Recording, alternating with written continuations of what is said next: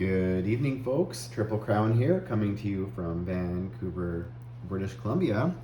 This is the continuation of the Global War series, and we are going to part 2 of the Japan 1 turn. The first video was a Japan overview.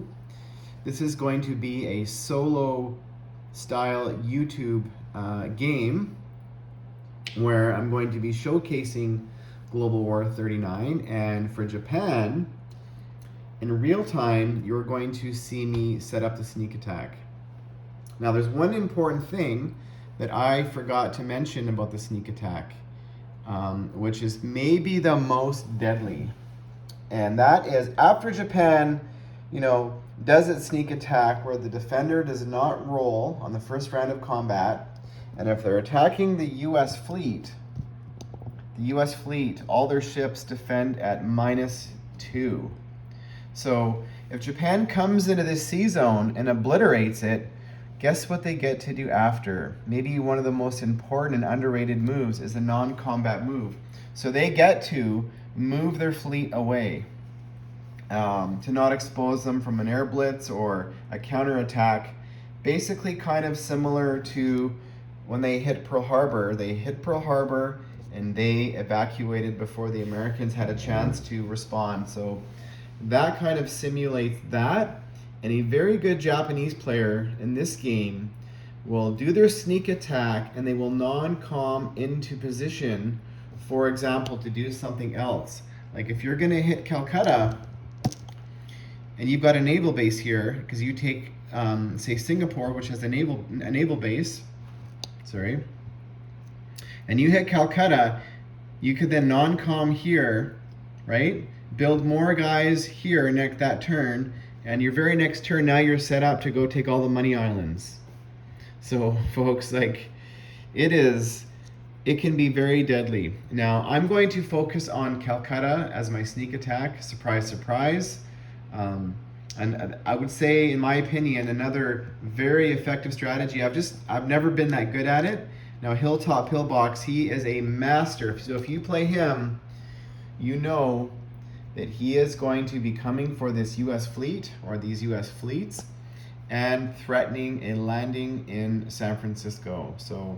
But for this video, I'm going to be setting up the Calcutta Crush, okay? So the opening round, Japan has, their economy is 41, but their opening round purchase is only 30.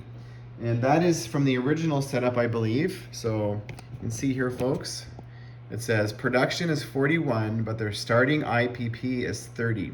So that's what Japan will get to spend in the first round. Now, Japan has 6 transports to start the game. And I believe, to achieve what they're going to want to do is to swing around here and take out this. They need transports. They're not going to be able to do this via land, not as quick as I want to do it. So they have 30 to spend. They're going to be purchasing 4 transports for the cost of 28, saving 2. So they had 30 to spend and saving 2 and spending 28 on 4 transports. There's going to be, now folks, China is set up here. They've got 3 territories that Japan can hit from the mainland. So there's kind of a little bit of a standoff here happening. But there's one other crucial territory that I want Japan to take, and that is also going to limit the Chinese counterattack. And that is this territory here. Now, why I feel this is critical, and I need to take it with force and land enough units there that these 3 guys here, with support of this fighter, cannot take it back. So I want to basically prevent that from happening. So I'm going to declare 4 battles. Those are the battle for Shenxi, Yunnan, Kwangtung, and Guangxi. And they're marked here with these, sorry, that's where that went. Sorry, folks, I'm just going to leave it flipped over for now. But that is a Vichy. It's supposed to be a Japanese roundo, but I lost the Vichy one, and that's where it ended up. But I marked this as well because I'm going to also be non-comming into Siam. So a total of 4 battles to declare. Now, just a reminder, folks, if you can see the setup here, there is a AAA in Kwangtung. So I have to be careful with my fighters. So if I can bring aircraft or a naval bombard in to support these other ground forces, there's only 2 guys there, that's what I want to do. So just to be careful, the AAA, I think it scares all of us. Even though they only, in this game, the AAA engages at 2, so, and it shoots at every aircraft, so you just need 1 to shoot at every aircraft, but we're going to get into it. Now this is a complex Japan move, more in the non-com of the aircraft and the Navy and the destroyers paired together to do the Tokyo Express. So I will try to map things out easily for you so you can see that. So these 3 infantry are going to walk in from Shanxi. Now they're attacking 2 infantry. I could attack these Chinese communist guys, but I am going to take the risk and leave them. Now, I just want to kill all these. My object here is I want to kill as many Chinese guys on the front as I can, because Japan does not want to be there, and I want to basically push China back as far as I can so they're not going to be a threat to take any of the homeland Japanese territories, which, yeah, that's what the Chinese communists are probably going to attack here next turn, but that's just, we can't do it all. So we're going to attack. I'm going to do the infantry first, and then I'm going to do the aircraft second. So this territory here, which is Hunan, I'm going to be walking in 2 artillery and 1 infantry from can't even say that. Is it Shanrung? So that's going to be a 3-on-3 battle, and there was 1 infantry behind. He's going to walk into this battle here. I'm just going to put this battle out here. So there is 5 units there, 4 infantry and 1 AAA. So 1 infantry is walking in from Shanrung, and 2 infantry are walking in from Shanghai. Okay, so I still need to bring more.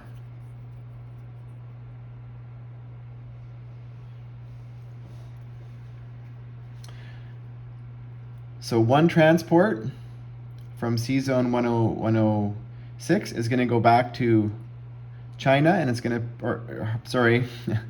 Fukuhara, and it's going to pick up 2 guys and go and drop them off in Kwangtung.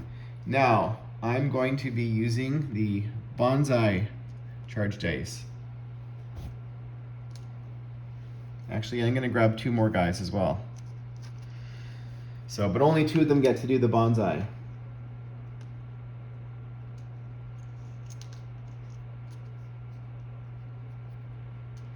So folks, I'm going to, when the transports get used, I'm going to turn them on their side so I know that I can't move them for the remainder of the round, okay?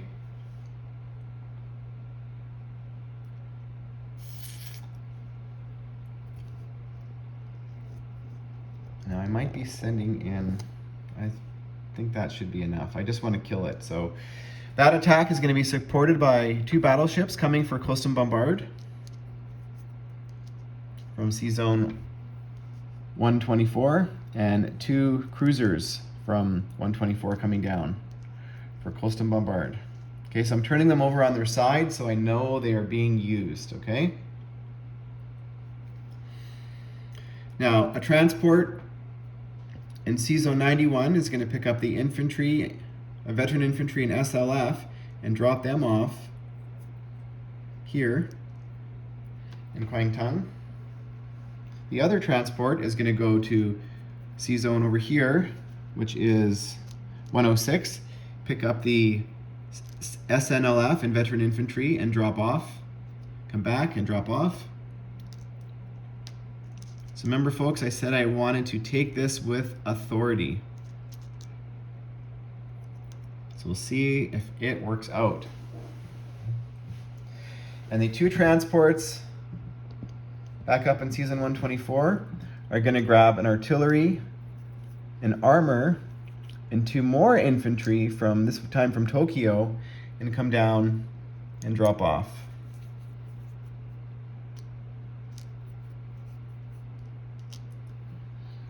And that attack will be supported by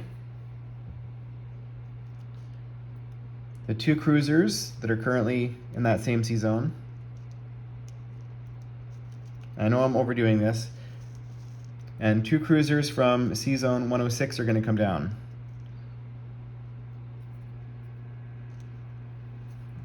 Now, I believe that is all of my Coast and Bombard. Because my my destroyers are going to have another purpose. And I did not have that on camera. I apologize, folks. So on this sea zone here, I'm sending in 2 SNLF, 2 veteran infantry, 2 regular infantry, an artillery, and a tank against 2 Chinese. And that is supported by an offshore bombard of 4 cruisers.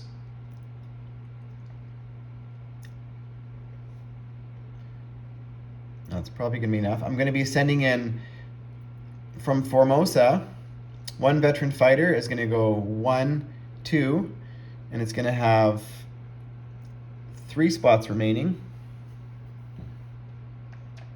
So I'm just going to mark that with the fuel gauge dice. Now up here,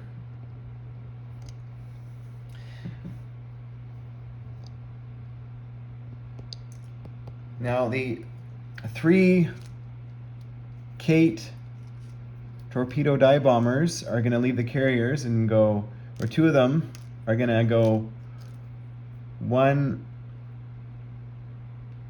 2, actually no, wait, 1, 2. So they're going to have 2 spots remaining.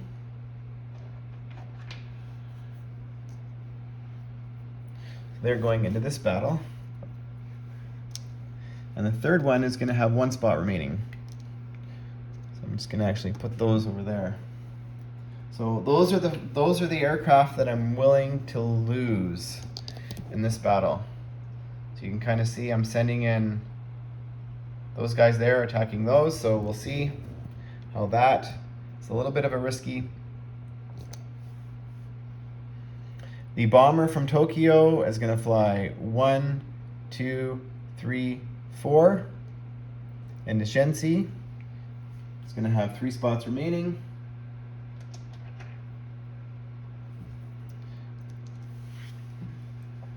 That attack is going to be supported by the tactical bomber in Shanghai. So it's going to go 1, 2. It's going to have 3 spots remaining. And 1 veteran fighter. And have 3 spots remaining.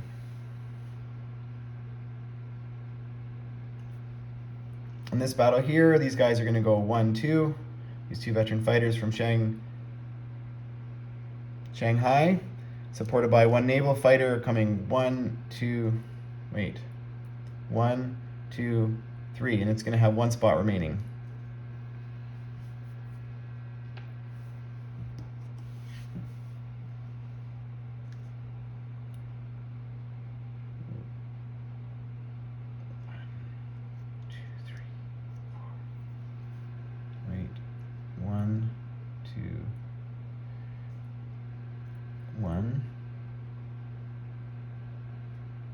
Yeah, I want those guys to survive, so just thinking here, folks.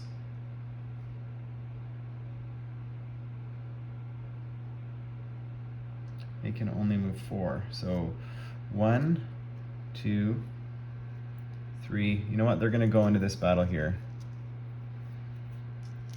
And they've got 1 spot remaining. But I'm going to send 1 of the tactical bombers instead to Shangtung. So I really don't want to lose these Zeros, and there's a reason for that, and that's because they have an extra range movement, okay? So that is all of the declared battles. Now there's also a bonsai charge in this battle. Okay, so I'm going to put the dice down. So there's 2 battles that we're declaring a bonsai charge, and 4 battles in total. So we're going to start rolling up here first.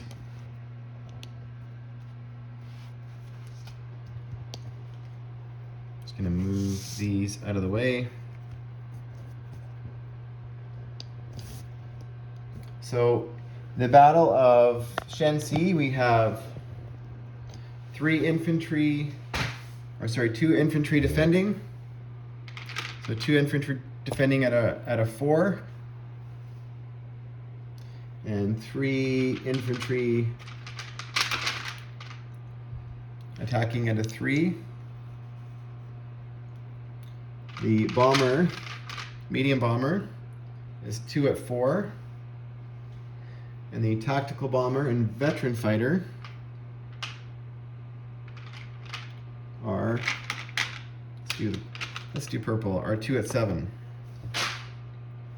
Okay, so we're just going to roll them all together.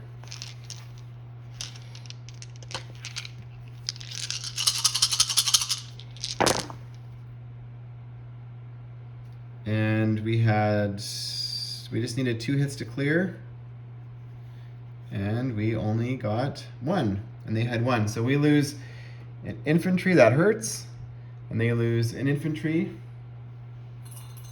So they're going to lose a black dice. We're going to lose. Actually, I don't think I got any hits.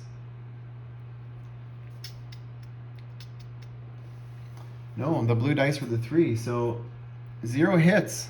So now we're on a 2-on-2, and I lose an attacking 3. So here we go, folks. We're going to do this again. Not a good start. Actually, I forgot to roll a 4. So the defenders missed, and the attackers scored 2 hits. So that is more like it. So we take the territory with 2 veteran infantry. The next battle is the battle for Hunan. We've got 3 at 3, attacking 3 at 4. And we are supported with 4 aircraft attacking at a 7. So the defenders, I'm going to say 3 at 4. And we've got 3 at 3 going in, infantry, and 4 aircraft at 7. You can see that, okay? So the purple dice are the 7s, the blue dice are the 3s, and the defenders are going to roll them all together because I'm trying to speed things up. I know some guys prefer the dice all being rolled, the attacking and the defending dice being separate, but I'm trying to speed things up. So man, the defenders are doing very well. They scored 2 hits, and the attackers scored, defenders 2 hits, and the attackers scored 2 hits. Wow. The Chinese are inflicting pain. So now we've got a scenario. We've got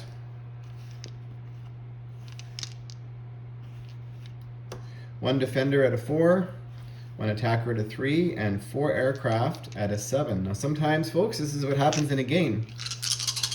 The dice are cold. And we scored only 1 hit, but that's all we needed. Sometimes I say, folks, let the dice be cold, but let them be hot for the battle that's important, which is the battle for Calcutta, at least for the Japanese. So next battle, we have AAA, so we have 4 aircraft, so we're going to roll 4 gray dice to represent the AAA fire. So you get it out of the way, and all misses, thankfully. And attacking, we are going to roll. We have 2 infantry at 2. 2 are a bonsai, so they're attacking at a 3, and 3 veterans. They're attacking at a 3.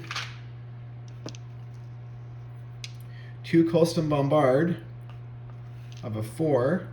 2 Custom Bombard of a 6. 2 fighters at a 6, and 2 tacticals at a 7. So we need 5 hits. And thankfully no AAA. That sucks. So 1, 2, 3. Those are the 2s. Sorry. So they missed. What? Oh, that's 2 hits. So they're going to lose their AAA and 1 infantry. So we have 4 at 2 coming back. Man, these dice are very cold. That almost should have been a clean sweep.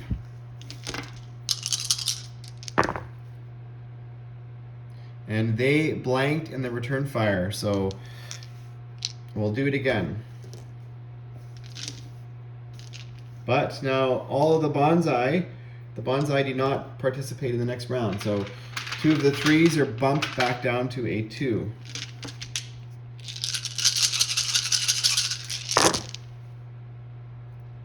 And we needed 3 hits to clear, and we got way more than 3. Or 3, wait, 1, 2, 3, 4. That's all we got was 4 hits. But that's all we needed was 3. So we'll take it. And we'll see that if return fire. Now we want these guys to survive because they're going to be getting on transports to be going down to Siam next turn. And wow, misses. So we'll take that. We'll sacrifice the Japanese that died in the other battles to have those guys all survive. So that was crucial, folks, because these guys are all going to be loading on transports to go to Calcutta. Next round, or Siam next round.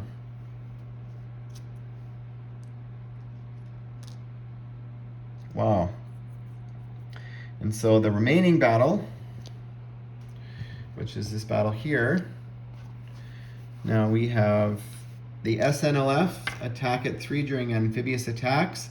Basically all the infantry, 1, 2, 3, 4, 5, are all attacking at a 3.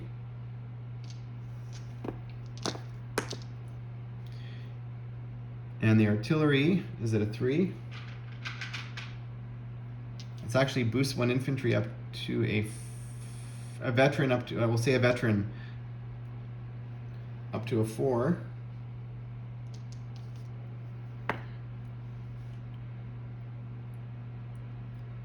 And the tank attacks at a 5. And 4 Custom Bombard of a 4. And 1 veteran at a 7. And we'll say the defenders, we're just going to roll them together. The defenders are the gray dice. So the blues are the 3s, the blacks are the 4s, the yellows the 5, the purples the 7, and the grays are the 4s. So just need 2 hits to clear, but the way these dice have been rolling, we need to bring in everything. Come in hot and heavy. And we had 1, 2, 3 hits, and we needed 2. So, and no casualties, return fire. So that's exactly what we wanted, because when I said earlier, folks, that these guys want to survive, that's exactly what we wanted.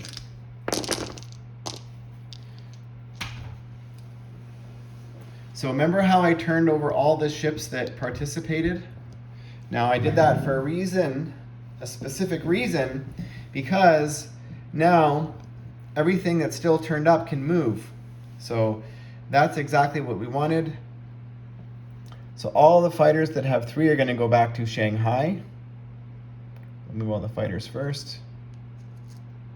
I think one of them had 1. I think these 2 guys had 1, so they have to stay there. But everything else is coming back to Shanghai.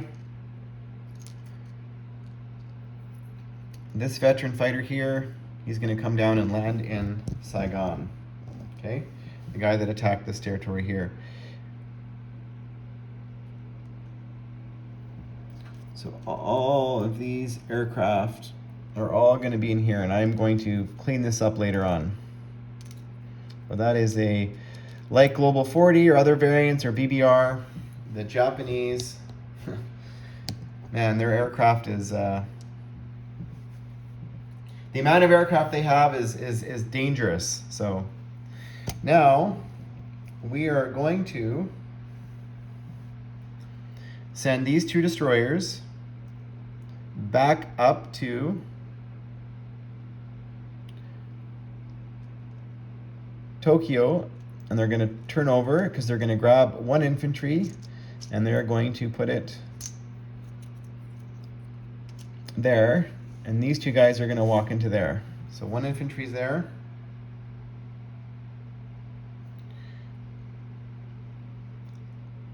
Two of the destroyers in Tokyo are going to grab another infantry, and they are going to set sail, go 1, 2, 3, down to Siam and get off and annex Siam.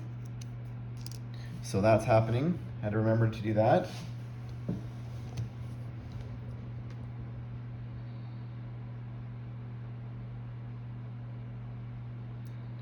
Actually, these two destroyers, they had a purpose. They did not grab the guy in Tokyo and move him across.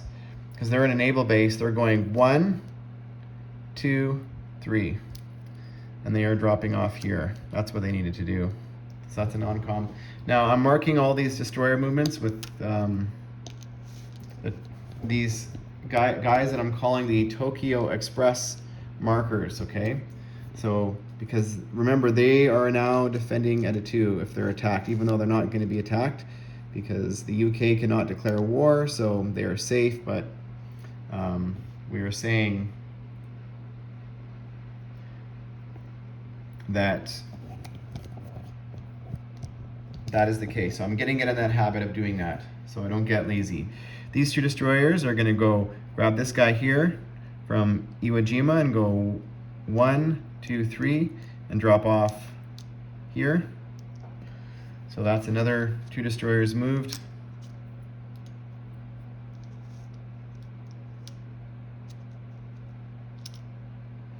And these 2 destroyers that move I took back, they're going to go up to Tokyo, grab a guy, and come back.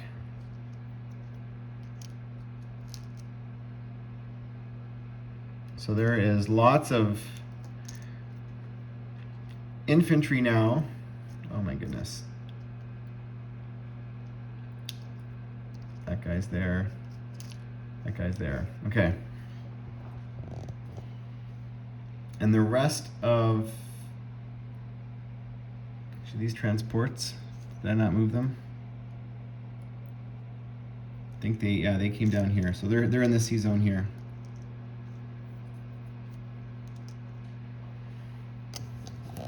Yes, that's correct. They came down there. So all the other naval units,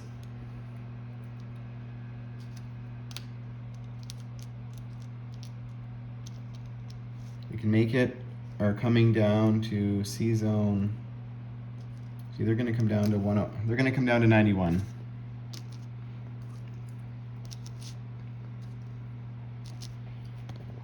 And these guys here, they're going to come 1, 2, 3 into the C zone here. These 2 submarines here are going to come over to the Carolines. So a little bit of a mess. We're going to flip over the roundels, which this is the Gargantua says is his favorite move. So we go up 4 here on the tracker. Don't mind my fat fingers, that's what happens. And we annexed Thailand. So we're going to go up 7 in total.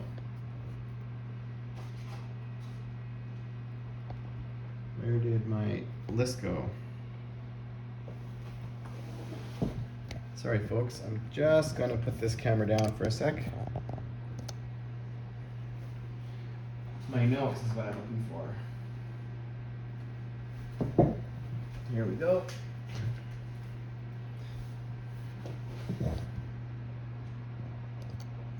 All right, so we started the round with 41. We went up 4. And we have 7 for the Southeast Asia. So that's 52. And we saved 2. So we are going to have 54 for round 2. And we're going to be placing the naval transports over here, all in C Zone 104. And that is the conclusion of the J1. And you can see, folks, kind of similar to BBR, is that typically if Japan is doing the Calcutta Crush, they bring their whole navy down, right? So they're currently in C Zone 91 here. So next turn they can choose to come into C Zone 85 or to C Zone 70, depending on what the British do. If they're going to try and set up a naval blockade, that is going to be dependent upon where the fleet goes. So that is, you kind of have to pay attention, because if the UK wants, they can declare war on Japan on turn 3, on their turn. And if they put all their navy here, which is all these ships, and all of the Anzac and Dutch ships, and ships in this game, guys, can block 2 to 1. So if they're going to set up a naval blockade, they're going to do it in this sea zone here, 69. But Japan is planning to do their sneak attack on turn 3, so before the UK declares war. Okay, so yes, the Calcutta Crush, the Japanese sneak attack, is being set up to do in 3 turns. So so these transports up here are gonna, everything's gonna either be in either divided, or some navy's gonna be here, all in C Zone 70 or 85. So that's it, folks. That's it for Japan 1. In closing, I'm just going to tell you, folks, that I am so excited about this game. I've loved it from the first moment I've played it. I'm more excited now, all the new stuff that's happening. But life gets busy sometimes, folks. Like, you know, we have things going on, we have jobs, we have families, we have other hobbies. But, you know, this game truly makes me happy. And I think it's important in life to try and carve out time, you know, maybe 15 minutes, 20 minutes, half an hour a day. And that sort of, if I'm able to do that on a daily basis, that just, you know, makes my life feel complete sometimes. And that's I'm not talking about spending time with your family. This is just your own personal hobby, time for yourself. Now you can play this with your friends via YouTube, or it can just be painting units or playing a solo game, folks. But I think it's important that we carve out a little bit of time in our life, because even though this is a long game, you can break it down and have it set up in your gaming room for as long as you like. And just take a little bit of time, and maybe you're just strategy planning or whatever it is, but that's my message, folks, is take a little bit of time out of your life to do things that you love. And it doesn't have to be just Global War 39. That's just the medium that I use. So thanks for watching, folks, and stay tuned.